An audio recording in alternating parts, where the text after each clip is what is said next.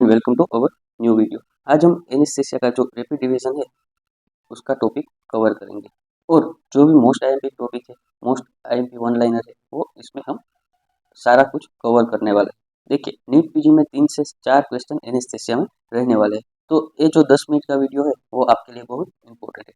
ठीक है, तो पहले बात करते हैं मसल रिलैक्सन। मसल रिलैक्सन है वो दो टाइप के होते हैं, एक डीपोलराइजिंग मसल रिलैक्सन और एक नॉन डीपोलराइजिंग मसल रिलैक्सन। अगर डीपोलराइजिंग मसल रिएक्शन की बात करें तो उसका एक ही एग्जांपल आपको याद रखना है, वो है सक्सिनल कोलाइन। और वो कैसे वर्क करता है, तो वो पोस्ट साइनेप्टिक कोलिनर्जिक रिसेप्टर है, उसको ब्लॉक करेगा। ठीक है, और उसमें कंटिन्यूस डिस्ट्रप्शन होगा, इसकी वजह से जो मसल है वो पैरालाइज हो जाएगा। इस तरह ये मसल रिलैक्सन काम करता है। बाद में नॉन डीपोलराइजिंग मसल रिलैक्सन, तो ये क्या करता है, जो एसिटाइलकोलिन है उसको डायरेक्टली कॉम्पिटेटिवली ब्लॉकिंग करता है और उसके रिसेप्टर को भी ब्लॉक करता है। ठीक है, उसमें जो टाइप है तो वेरियम वाले है। ठीक है, तो वो सब उसके एग्जाम्पल में आएंगे। उसमें आपको ultra short acting, intermediate acting और लॉन्ग एक्टिंग, ये सब एग्जाम्पल आपको याद रखने हैं। यहाँ पे सारे एग्जाम्पल लिखे हुए हैं। अगर आपको इसकी पीडीएफ चाहिए तो आप हमें अपने टेलीग्राम ग्रुप पर मैसेज कर सकते हैं, जिसकी लिंक मैंने बायो में दे रखी है। डिस्क्रिप्शन में भी वो लिंक आपको मिल जाएगी। बाद में जो नेक्स्ट क्वेश्चन था, तो इटोमीडेट, तो वो क्या है, वो एक कार्डियक स्टेबल आईवी ड्रग है। इसलिए जो कोई कार्डियक डिसीज है, कोरोनरी आर्टरी डिसीज, कार्डियोमायोपैथी या सेरेब्रल वास्कुलर डिसीज, तो उसमें ये हम यूज करते हैं एज अ एनेस्थेटिक।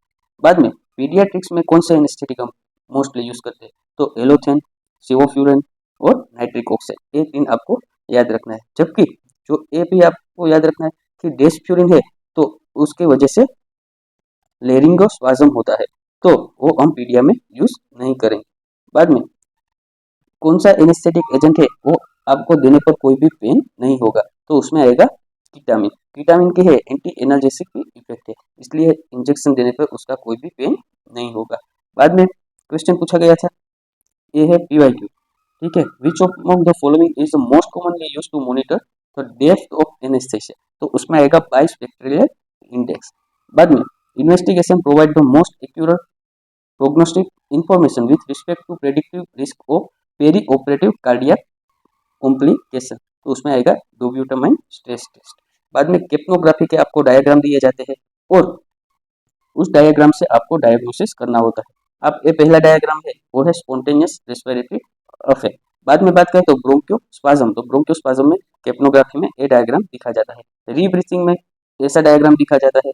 जबकि जो इसोफेजियल इंस्टूबेशन होगा तो उसमें धीमे धीमे ये कम होता जाएगा, तो ऐसा डायग्राम देखा जाएगा। जबकि जो स्पॉन्टेनियस ब्रीथिंग है नॉर्मल, उसका डायग्राम ऐसा रहने वाला है। बाद में सीपीआर के टाइम कैसा रहेगा, तो ये लो लेवल पर CO2 एक्सपीरेशन देखने को मिलेगा। मेलिग्नेंट हाइपोथर्मिया में ऐसा इंक्रीजिंग ग्राफ देखने को मिलेगा।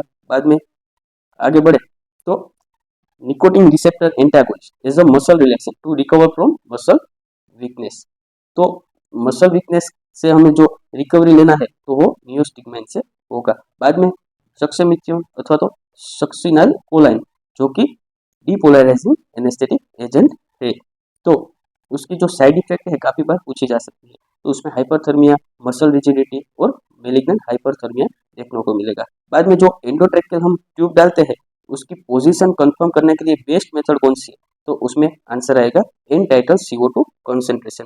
बाद में जो ये डायग्राम बेस्ड है कि आपको जोश रश का यहाँ पे जो डायग्राम दिया गया है वो आपको एग्जाम में दे सकते हैं। हेल टीट और चिन लिप, ये दोनों IMP है।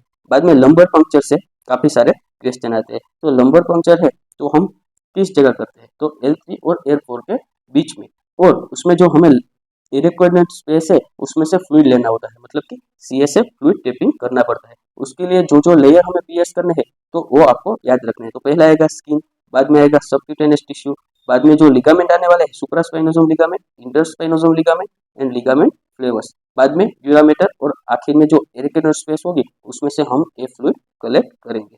बाद में बात करें, अगर यूपी वेकेन से कोई टॉक्सिसिटी हुई है, कार्डियोटॉक्सिसिटी, तो उसके लिए जो ट्रीटमेंट में हम CPR देंगे, साथ में 20% इंट्रालिपिड भी देंगे। बाद में एक डायग्राम बेस्ड क्वेश्चन है, वेंचुरी मास्क है, तो उसका डायग्राम आप यहाँ पे देख सकते हैं। हडसन मास्क, जो फेस मास्क हम लगाते हैं नॉर्मली ऑक्सीजन के लिए, वो। बाद में nebuliser, NRBM mask and nasal cannula, सबके डायग्राम यहाँ पे दिए गए हैं। तो ये डायग्राम आपको याद रखना जरूरी है। आपको ये डायग्राम दिया जाएगा और 4 ऑप्शन दिया जाएगा कि जो दिए गए हैं जो मास उसका नाम क्या है। ये आपको सिंपल सा क्वेश्चन पूछ सकते हैं। अब आगे बढ़े तो आपको रिसक्सिटेशन का पूरा टॉपिक पढ़ना है, ठीक है।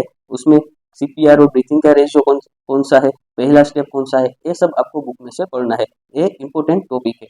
अगर बात करें कि कोई कार्डियोवास्कुलर सर्जरी है उसमें best pre operative antibiotic prophylaxis कौन सी है, तो उसका आंसर आएगा सेफाजोलिन।